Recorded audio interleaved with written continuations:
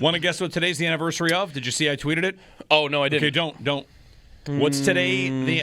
Yesterday. I saw it late last night / into the morning. And you said it's not Sabre related? No, it's a Bills. Yesterday was a Bills anniversary. Is it that they traded for Amari Cooper on this day? Exactly it. Yeah. 1 year ago, the Amari Cooper trade. Yep. After they lost to the Texans, they trade for Amari Cooper. They actually beat the Jets and then traded for Amari Cooper. Oh, okay, you're right. Yeah.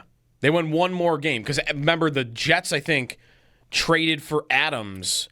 Yes, that's right. I only know this because the trade happened when I was on my way back from New York. And I had gone to that game. And it happened 10 minutes after the Adams trade. Yeah, like minutes after. Yep.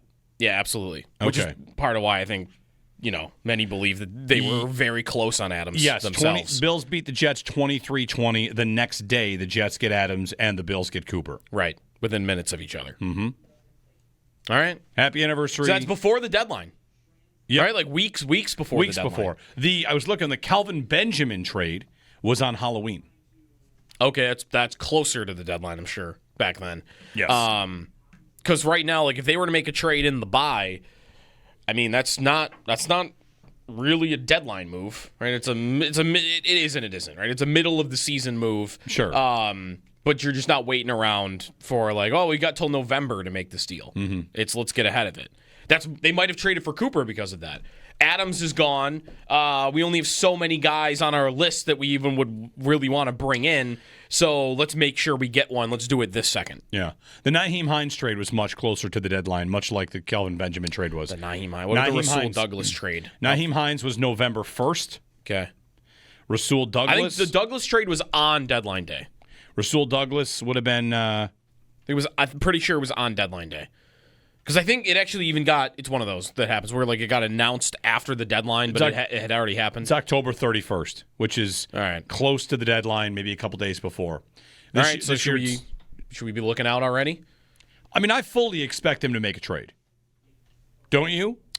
Doesn't everybody expect him to make some trade somewhere? Yeah, it would be surprising if they did absolutely They make a trade most years now.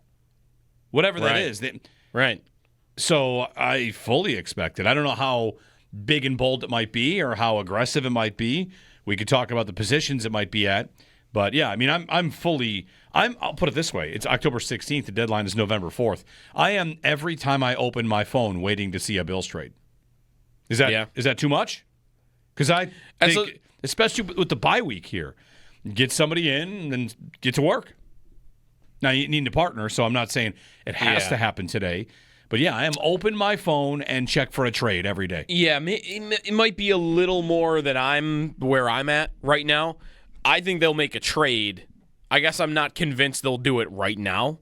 Maybe they want to see more games with Kincaid and Palmer. Maybe they want to see Hairston before they make a deal. Well, Palmer's week to week, so you might not see another game with Kincaid and Palmer. Well, before the deadline, you got, 2 more games? You got 2. Before? Right, so you would only see 1. I've got Carolina, which if he's out for that because he's week to week. And then I've got the Chiefs. Yep. I guess, right. Is Hairston going to play by then? Maybe not. So maybe we should be thinking about it a little bit. I guess, is there any room for a question of, is it smart to trade your third-round pick every year? Is that about the level of a pick people want to see them move? Like, fans would say, go move your third-round pick and go get something. I don't think how many are going to say first. No, it's going to depend on what you get. Like, when they got Douglas, they got Douglas for the equivalent of a 4th. Because it was a 3rd down to a 5th. Yep. And then it was a 3rd for Cooper. I don't remember if they got something back. I think Calvin Benjamin, was that a 3rd, too? I think that was a 3rd. Like, do we just want them to be not throwing out, but putting their day 2 picks every year into guys that are going to play half a season for you? Calvin Benjamin was a 3rd and a 7th. Okay. And I think Cooper was a 3rd and a 6th. Okay. Not 3rd for a 6th. It wasn't a swap. You had to give up an extra pick. It was a 3rd. Sorry, Amari Cooper was a 3rd and a 7th for Cooper and a 6th. All right. So the end of that's whatever. All these numbers. You got to find a team willing to give up a player and fit it on the cap and then say, all right, let's get to our day 3 compensation arithmetic. Right. But if I'm giving up a day 2 pick every year for a veteran in the middle of the season, is that pragmatic? Is that what is that? That depends. That depends. I don't think it's always a good sign. I like it that if you're good, you're looking how good you are, where you might have holes. You're planning for injuries, you're planning for this and that. I wouldn't want to say it's good to always do it. Then again, NHL teams do it every year. Yeah, you've had NHL teams trade first-round picks for 7 straight years at the deadline because they just go out and get players and try to win the cup. And when you're in the NHL picking 30th, like that guy, you just don't care. It's not the same. Whereas in the NFL, first-round picks do matter. The 30th pick does matter. Yeah. So, third-round pick even in the NFL, like this isn't always going to happen. What's the rate of it? Is it 40% that you're going to get a player that is going to matter? Is supposed to matter for you right away in some aspect? Like it's not right. Hockey is I'm trading a pick where the guy's probably not playing, especially when you're picking like 28th or 30th. The guy's probably not playing for me for 5 years. From the moment I make that I trade that pick away, especially when like Florida trades their 2027 first-round pick away. I mean, that's 2 years until you pick the guy, and then it's probably 3 years until the guy plays. This is, I'm trading a pick for a player that would be on my team next year, and then for 3 more years after that at cost. So I'm not saying they shouldn't do it. Just it would be 3 years in a row. That they would trade a day 2 pick if they were to go that far with this. Right. I guess that my But the problem is they have so many needs right now. I kind of think they have to. Sure. I think you'd like to get a player that much. If you're going to make that trade with term. Douglas had 2 years. Cooper, the thought was, well, if you want to bring him back, you can just bring him back. And of course, like that didn't work. The day they traded for him, we talked about the franchise tag. Right. As a possibility. Like they could tag him if they want. That definitely did not happen. No. The thing I would say, and this might be flying too close to the sun or whatever, if you're always doing it for a wide receiver, then no, that's not a good idea. The good idea is, of course, to just have your own draft picks spent on those. Rather than, if they trade for a receiver this year, it'll be the third time in 9 years, 8 years, that they will have traded for a receiver mid-season. Well, right, and that's where, like, going into a year, they often say, like, what do you want to do with the deadline? What's my injury at that point? Where's my injury? This is, though, it's not fully what's happening here. Like, sure, Palmer's got a thing here, and Hairston has had his injury all year long, and that matters, but these are failed signings that I think are leading to, hey, I need a safety, not because I'm injured, because Rapp stinks. I need a corner, not fully because Hairston's hurt, but also because, Trey White was your plan as a veteran to step in there, and that is not working at all. Wide receiver is, sure, I got the Palmer injury, but I signed Elijah Moore to a contract, and he's giving me nothing. I signed Curtis Samuel to a contract, and he's giving me nothing. You can't stay healthy. These aren't just, hey, I lost one of my linemen, and I have to go get a guard. That's not what this is. Your plans at these positions aren't working, and now I've got to go fix it. Well, in years past, the Rasul Douglas trade is the different one. That's an injury. That's Trey got hurt. Yeah. Right? That's Trey's hurt. We need a corner. So that one I get. Naheem Hines, what's that? They want a pass-catching back that they never actually used. Ken Dorsey just didn't. Cook couldn't block, so they couldn't use him in that role. Sure. Yeah. I don't know. Like I expect him to make a move. If I'm guessing, I like everybody laying out their needs and explaining why it won't be safety. To me, makes sense. That it won't be safety because it'll be Poyer. Because it'll be that's more likely to be Poyer that gets the job over Taylor Rapp rather than somebody new. When you think about the movement at safety for them, it is, dare I say, glacial. They do not move safety. They went with Hyde and Poyer forever, and that was fine. And Hyde came back on the practice squad to help the safeties. And who was the safety that got the job? It was Taylor Rapp, who was here. And then it's Hamlin. And it was Hamlin who had started, remember, like a full season when Hyde had that neck injury. Right. So who got the start? It was the guy who had already played a year for them. That's right. Yeah. And last year, Bishop gets hurt, and what do? It's going to be Hamlin. Yeah. This year, coming into the season, it's the safety room is the same. They signed Derek Forrest. How does he do? He doesn't make the team. Right. They signed Mike Edwards the year before. How's he do? He doesn't really make the team.